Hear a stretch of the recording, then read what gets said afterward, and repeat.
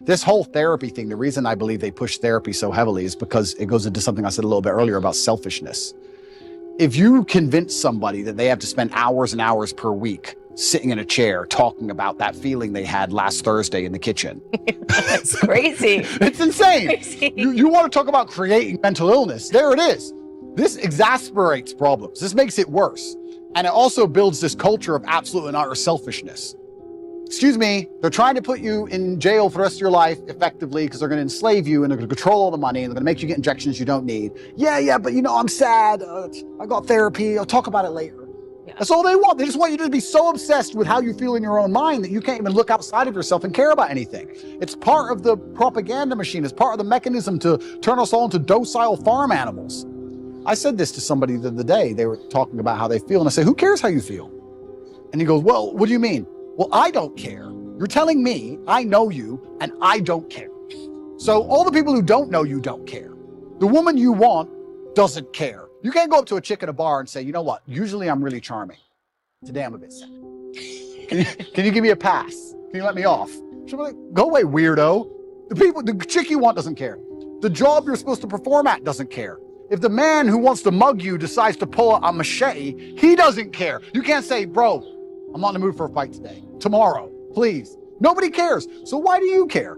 All the people out here in the world don't care, but you're going to sit there and you're going to care. You're the only person in the world who cares. You're going to walk around telling everybody, trying to find somebody who gives a good luck. Because what's going to happen is you're going to walk around feeling sorry for yourself, trying to find somebody who cares. You might find somebody who pretends to care long enough for you to get a little bit of dopamine. But all in all, you're wasting time in a hyper-competitive world where people like me who perform regardless of how they feel are just going to perpetually bury you.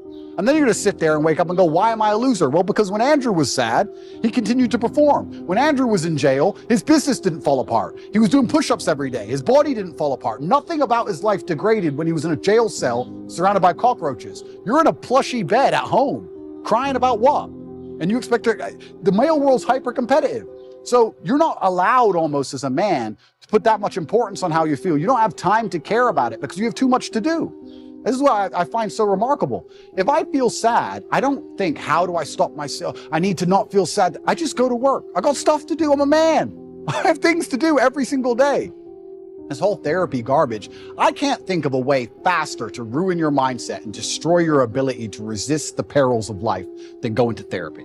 I really do believe, I think there is this mass drive to instill the idea of absolute selfishness in people. I think they're trying to, when I really analyze the ideal citizen they want, the ideal citizen is yes, docile, and yes, he's unique, but he's also ultimately selfish. Because then you don't care about community. And I think therapy is a fantastic way to make you selfish. Men come to me or young boys come to me and talk about something bad that happened to them. I said, good. Absolutely and utterly good. You should be glad that thing happened to you because that's the reason you're going to be the man who can resist the perils of life in the future. If you don't give a man struggle, look what he becomes. Tell me the kind of man, if I were to say to you, imagine a man who's never struggled in his life. Physically, mentally, everything's gone perfect for him. Born in the royal family, everything's been perfect for him his whole life.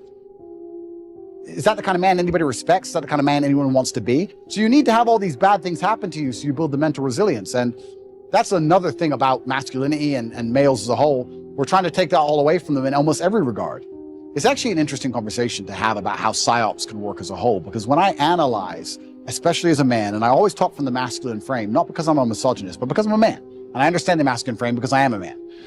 If you stray from the archetype of masculinity, if you stray from honor, courage, if you're not dutiful, if you don't believe in putting honor in your last name, if you don't want to be physically and mentally strong, if you don't believe in finding problems to solve, you don't believe in having a difficult life, if you stray from this because you've been psyoped to stray from it, all you end up with is misery. And it's amazing that people will see anybody who's strayed from it end up perma-miserable and still fall for the psyop. I find it incredible that people don't think logically long enough to sit and say, okay, whose life do I actually want? I would never adopt the thinking of somebody whose life I didn't want. I don't know why people even do that. I could sit and have a conversation with Prince Harry for 10 hours straight, and he could be as compendious and convincing and concise, and he could be extremely perfectly articulate with his points. And at the end of it, I'd say, yeah, but I don't want to be you. So I don't want to think like you. So get fucked. But I wouldn't want to listen to it. So I don't know why people don't even just wake up and go, okay, whose life do I want to live? What kind of person do I want to be? Who do I want to be like? That's the kind of thinking I need to adopt and install in my mind, because we're all being programmed by someone to a degree. And I don't think you can escape programming. You can just choose the programming that you are going to install inside of your mind. I'm not going to sit and say I'm not programmed. My father programmed me, my fight coach programmed me, the friends I have around me program me, my brother programs me, my social circle programs me. We're all programmed to a degree. Another thing people don't understand is that a lot of these attacks and a lot of things they're trying to do with the culture especially, they're trying to inject such innate selfishness inside of people that they don't really care about anything that happens outside of themselves. Because then it's very difficult to give a shit about your community. It's very difficult to have any kind of genuine care about your town or your country or an issue. No, they just want you to be self-absorbed, semi-depressed, because depressed people don't fight that hard, watching porn, living inside of your own mind, convinced that somehow you're oppressed for some reason, on the internet typing tweets. That's what they want you to do. And they're going to try and keep you there. And genuine masculinity, yeah, to a degree it's protective, and to a degree also it has parameters. You can't be a man who doesn't say no. You can't be a man who doesn't have standards for himself and for people around him.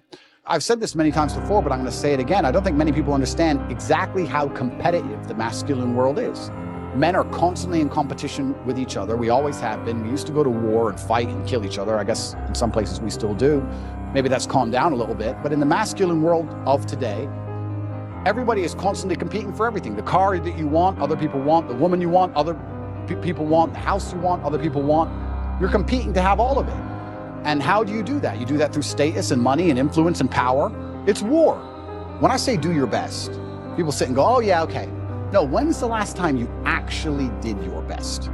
Like, I don't train to run marathons, but I know if I gave my best, I could run a marathon right now, first try. If I gave my best, life depending on it. When's the last time people have genuinely given their best to anything? There are people going through the world and going through life today that don't give their best or 100% effort to anything ever. Ever. They can't even remember the last time they tried. The best thing you can possibly do as a man is prepare for the endless difficulty that's going to come your way. There's no way out as a man. You're either going to have a very difficult life to become somebody important, or you're going to suffer the difficulty of being invisible. What do you want to do? You want to be invisible and just hide and work in Starbucks and never have a girlfriend who truly loves you and nobody care if you live or die? Or do you want to go out there and be top G and be the most famous man in the world and have government agencies trying to lock you up for no reason, putting you in a dungeon? You have to make a choice. It's going to be difficult either way.